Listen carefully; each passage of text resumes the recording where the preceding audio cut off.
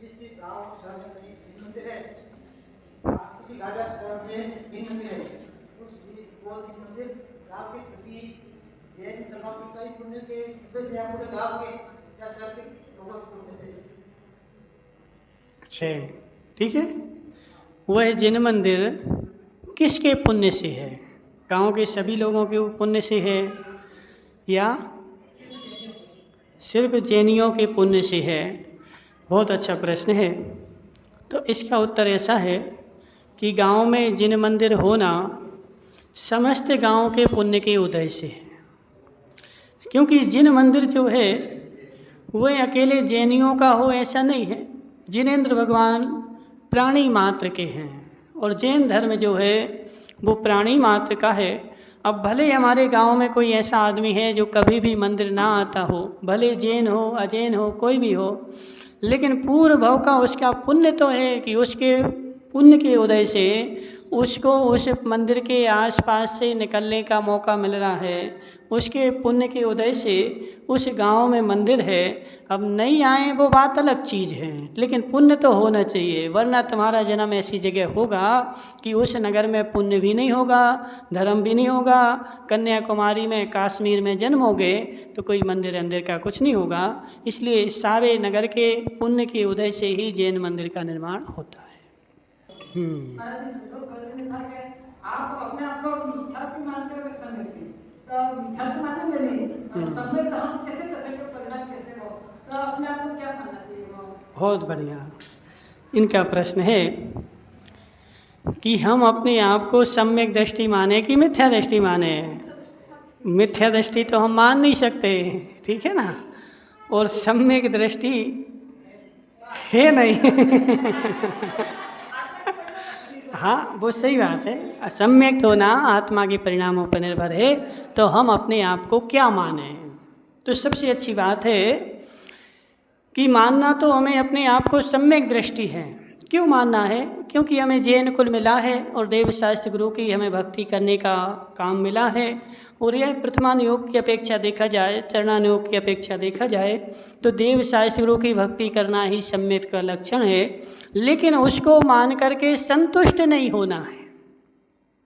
बस मैंने इतना कर लिया, मेरा काम हो गया, इसके आगे अब हमें बढ़ना नहीं है, ऐसा नहीं करना है।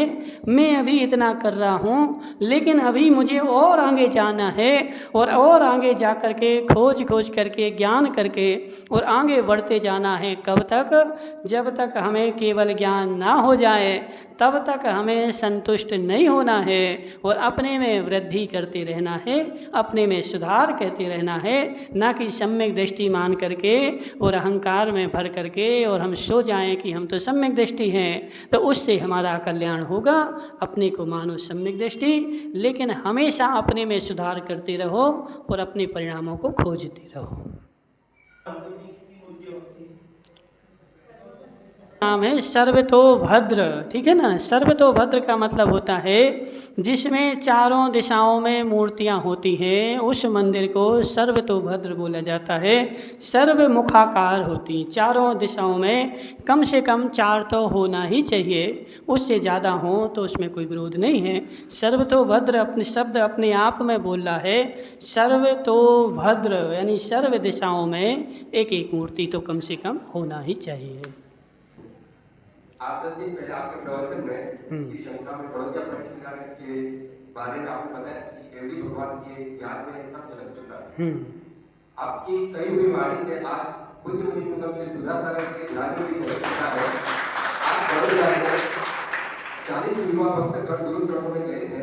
अशोकनगर मंच से भक्तों को यह आशीर्वाद मिला कि बड़ोदिया मगर आ रहे हैं, तैयारी करो।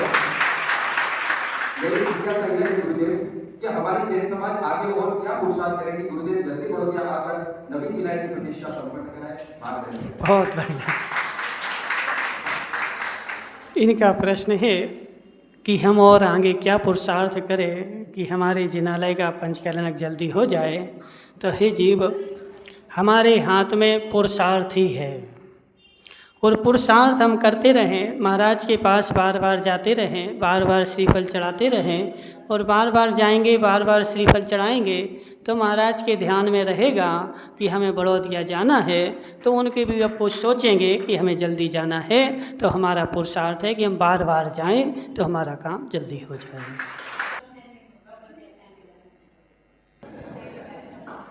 प्रत्याख्यान और अप्रत्याख्यान के बारे में समझाइए, ठीक है।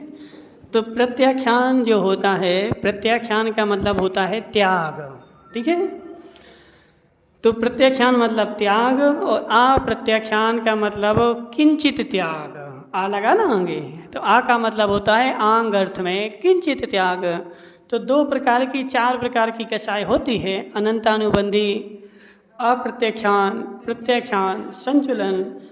तो उनमें बीच की 2 प्रकार की कसाय होती है, जिसके उदय से जीव किंचित मात्र भी त्याग नहीं कर पाता है या त्याग करने के परिणाम नहीं होते हैं, या त्याग भी कर देता है लेकिन पालने के परिणाम नहीं होते हैं, तो वह अप्रत्याख्याना वर्णी कसाय के उदय से जीव को किंचित मात्र भी त्याग करने का परिणाम नहीं होता है, ठीक है। जब अप्रत्याख्यान में वर्णी कर्म का उदय होता है तो जीव किंचित मात्र भी त्याग नहीं कर पाता है और कदाचित किसी के कहने में कर भी देता है तो पालता नहीं है, और पाल भी रहा है तो भाव नहीं बनते पालने के, क्योंकि उसके अप्रत्याख्यान वर्ण कसाय का उदय है। तो अप्रत्याख्यान कसाय किंचित भी त्याग नहीं करने देती है, और प्रत्याख्यान वर्ण कसाय जो है वो पूर्ण रूप से व्रति नहीं बनने देती है, पूर्ण रूप से हिंसा का त्याग नहीं करने देती। तो जो पूर्ण रूप से त्याग नहीं करने दे वो प्रत्याख्यान वर्णी कसाय, और जो एक देश से भी नहीं करने दे वह अप्रत्याख्यान वर्णी कसाय, ऐसा जानना चाहिए। प्रश्न है कि हम शांति धारा देख रहे हैं और आगे से कोई आदमी कुर्सी लेकर के या टेबल लेकर के या यहाँ वहाँ से निकल रहा है, तो उसका दोष देखने वाले को लगेगा कि निकलने वाले को लगेगा? तो दोष तो उसको लगता है जो दोष करता है।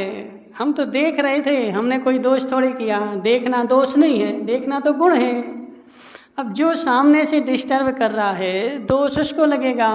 तो कर्तव्य ऐसा बनता है कि जब शांति धारा होती है तो सारे काम छोड़ करके एक जगह स्थिर होकर के और हाथ जोड़ करके हमें शांति धारा देखनी चाहिए। लेकिन बहुत सारे डोकरा होते हैं, बहुत सारे होशियार होते हैं, वो बेचारे यहाँ से वहाँ, वहाँ से वहाँ दौड़ने लगाएंगे, कुछ ये उठाएंगे, वो उठाएंगे, हल्ला करेंगे।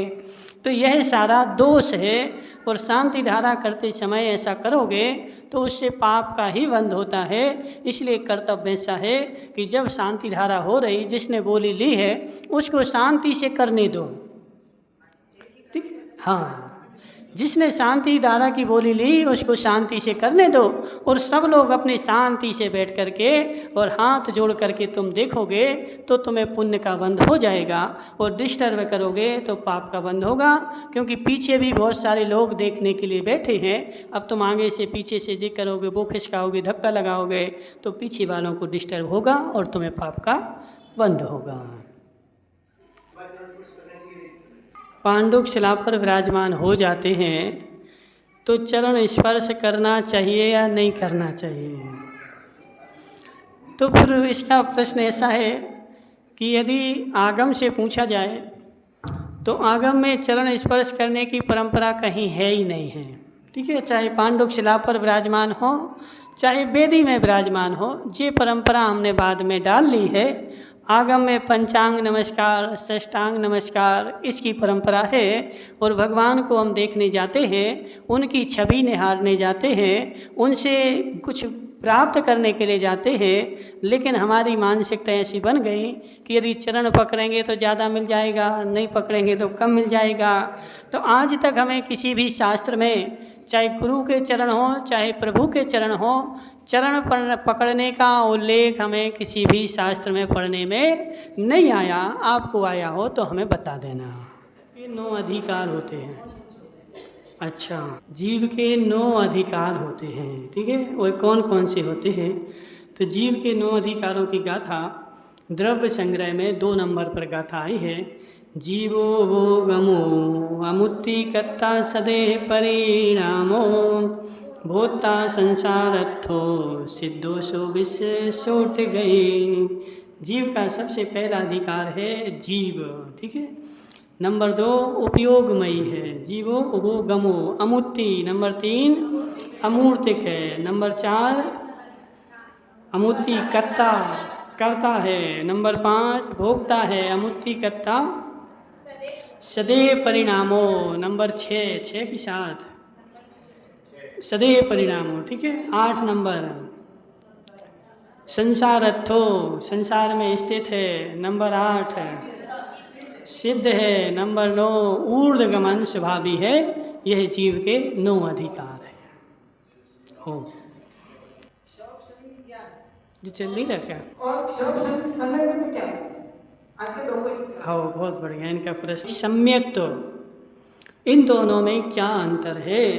तो इन दोनों में ये अंतर है कि क्षयोपशम ज्ञान जो होता है वह मति शुद्ध ज्ञान के क्षयोपशम से हमें जो वर्तमान में ज्ञान है वह क्षयोपशमिक ज्ञान है। और क्षयोपशमिक ज्ञान कु भी होता है और शु भी होता है। ज्ञान कु भी होता है और शु भी होता है। कु भी क्षयोपशमिक ही होता है और शु भी क्षयोपशमिक ही होता है।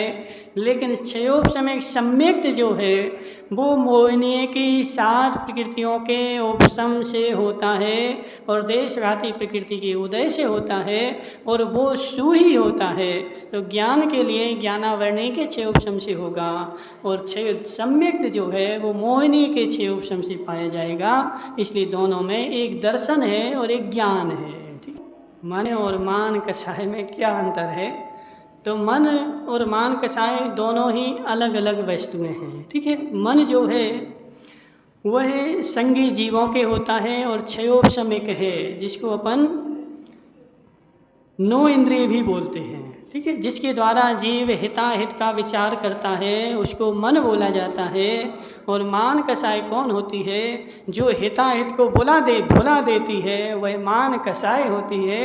कषाय जो है वह नरक में ले जाने वाली है और मान जब करेगा तो मन उसका काम करना बंद कर देता है, हिताहित का काम नहीं करता है।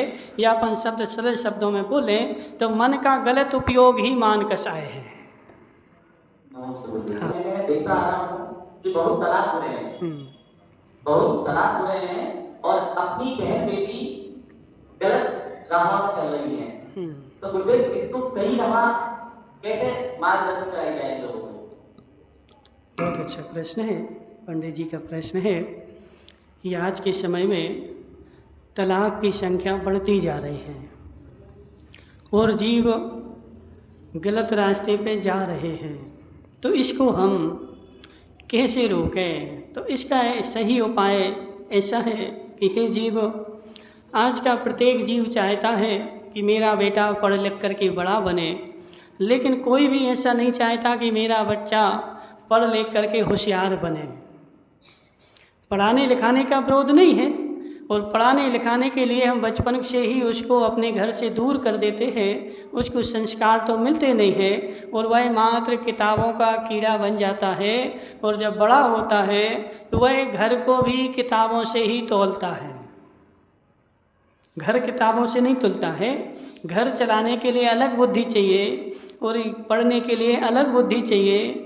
तो उसको यदि हम बचपन से धर्म के संस्कार देंगे और संस्कारों में लगाएंगे तो बड़ा होकर के वह संस्कारों को समझेगा और अपने घर को व्यवस्थित चलाएगा। इसलिए हमारा कर्तव्य बनता है कि बच्चे को पढ़ाने के साथ साथ घर के संस्कार भी दें और धर्म के संस्कार भी दें। संस्कार रहेंगे तो तलाक की संख्या कम होगी और संस्कार नहीं होंगे तो वह गड्ढे में चला जाएगा।